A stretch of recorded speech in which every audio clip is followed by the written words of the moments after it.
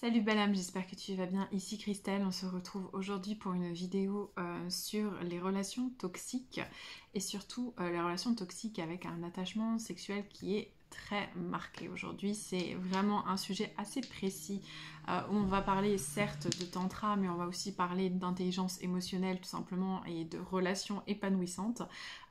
Et ce sujet me tient clairement à cœur parce que j'ai été vraiment coincée dans ce genre de schéma-là moi pendant vraiment de longues années, donc j'en suis heureusement maintenant sortie après avoir appris énormément de choses. Et donc aujourd'hui j'ai envie de te partager toutes ces choses-là, donc sur les relations toxiques, principalement avec attachement sexuel extrêmement fort. Alors de quoi on parle? On parle tout simplement à la fois d'une ambivalence entre avoir une relation pas super épanouissante avec quelqu'un, relation amoureuse, attachée ou pas, donc c'est-à-dire en couple, pas en couple, mais dans laquelle il y a soit une attirance, donc qui n'a pas forcément été consommée, soit une sexualité à deux qui est vraiment extrêmement forte, extrêmement électrique, électrisante, et qu'on pourrait confondre tout simplement avec des histoires de flammes jumelles, d'âmes sœurs, ou de dire mais voilà, cette sexualité elle est tellement incroyable, j'ai des orgasmes tellement fous, mon corps est tellement waouh, c'est tellement extraordinaire, qu'on pourrait le confondre avec quelque chose qui est sain.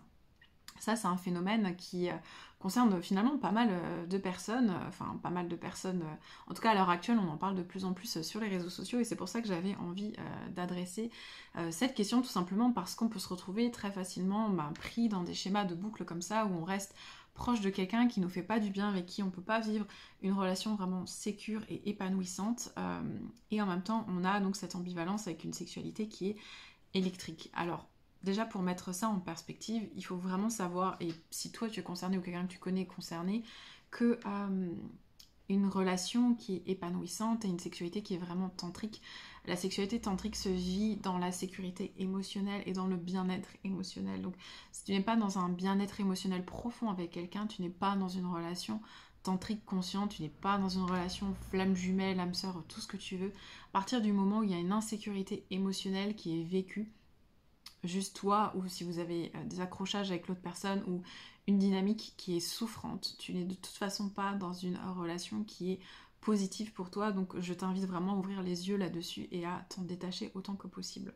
Pourquoi est-ce qu'on vit ça? Tout simplement, c'est un phénomène principalement d'attraction, c'est-à-dire que les contraires s'attirent et ce qui est compatible s'attire. Sauf que là, c'est pas une compatibilité amoureuse bienfaitrice qui est bienfaisante pour chacun des individus, mais une résonance de blessures et surtout de blessures d'attachement.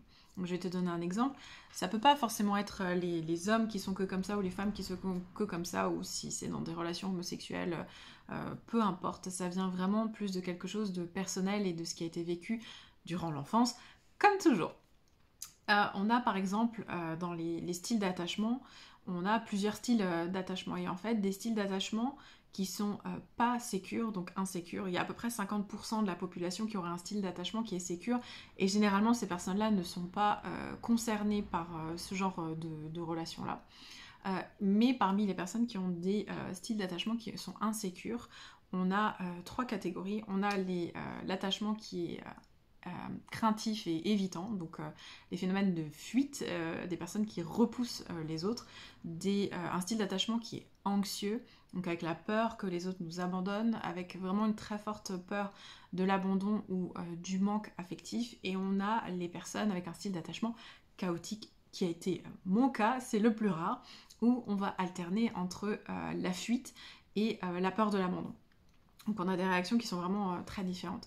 Et donc dans ces relations-là qui sont toxiques, on va s'attirer parce qu'on a des blessures et un style d'attachement insécure qui s'emboîte. Donc c'est-à-dire que les personnes qui ont un style qui est fuyant, craintif, tant qu'ils ne font pas le travail sur eux de travail tout simplement de guérison, travail de mise en conscience, et vont attirer toujours la même chose parce que ils ont besoin de revérifier leur manière d'appréhender le monde. Donc c'est des personnes qui restent en boucle dans un style d'attachement qui est nocif parce que ne sont pas encore arrivés à l'endroit où on veut vraiment développer pour de vrai une relation qui est épanouissante. Donc en attendant, on rejoue la même chose. Donc les évitants, les fuyants vont forcément attirer à eux des personnes qui sont anxieuses et qui vont s'attacher, qui sont dans la dépendance affective.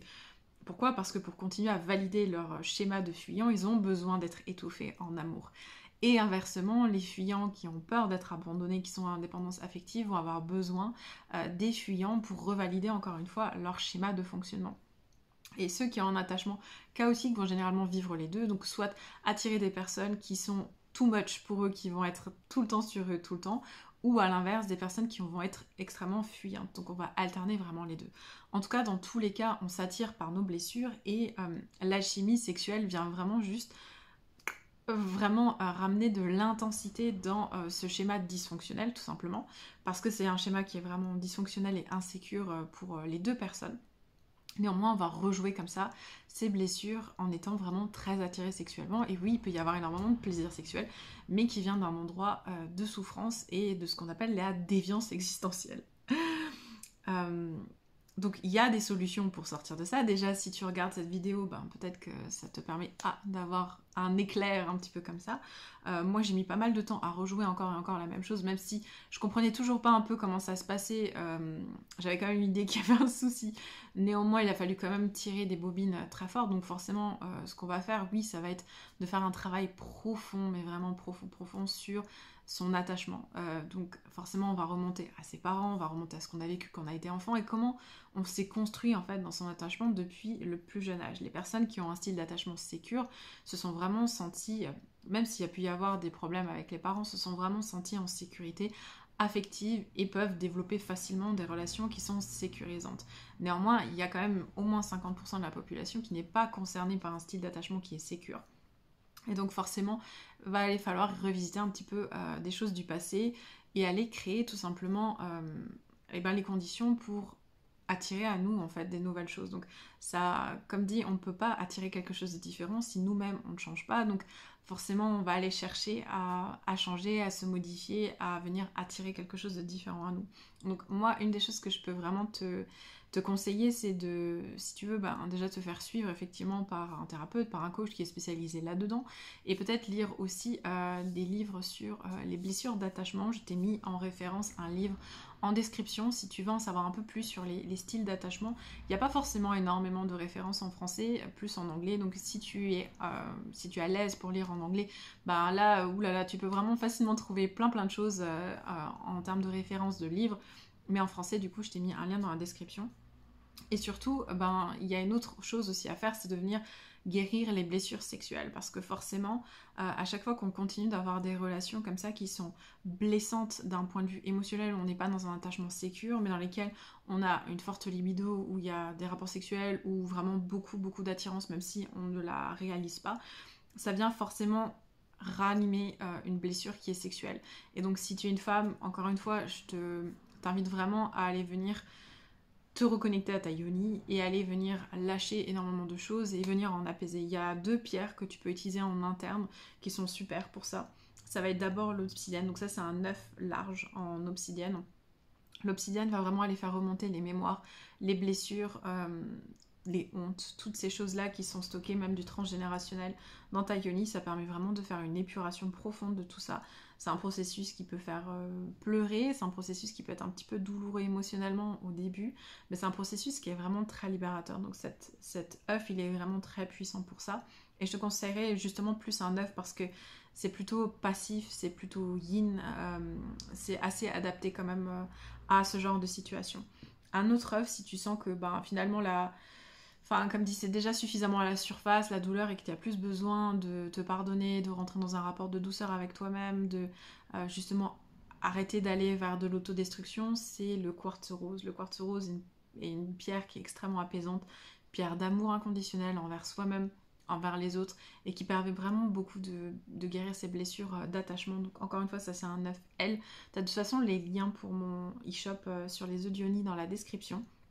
Et si tu veux aller plus loin, plus vraiment comme une pratique méditative ou pour retrouver un lien à ton plaisir juste de toi à toi-même, surtout si tu es dans un style d'attachement qui est anxieux ou alors chaotique, je te conseille le bâton en quartz rose pour revoir ta sexualité de manière beaucoup plus douce, beaucoup plus apaisée. Ça pourrait vraiment te faire beaucoup de bien. Encore une fois, c'est des objets qui se gardent toute une vie et qui s'utilisent vraiment tout au long de la vie. En plus du fait de venir rouvrir notre yoni, ils ont un pouvoir vraiment de libération qui est extraordinaire.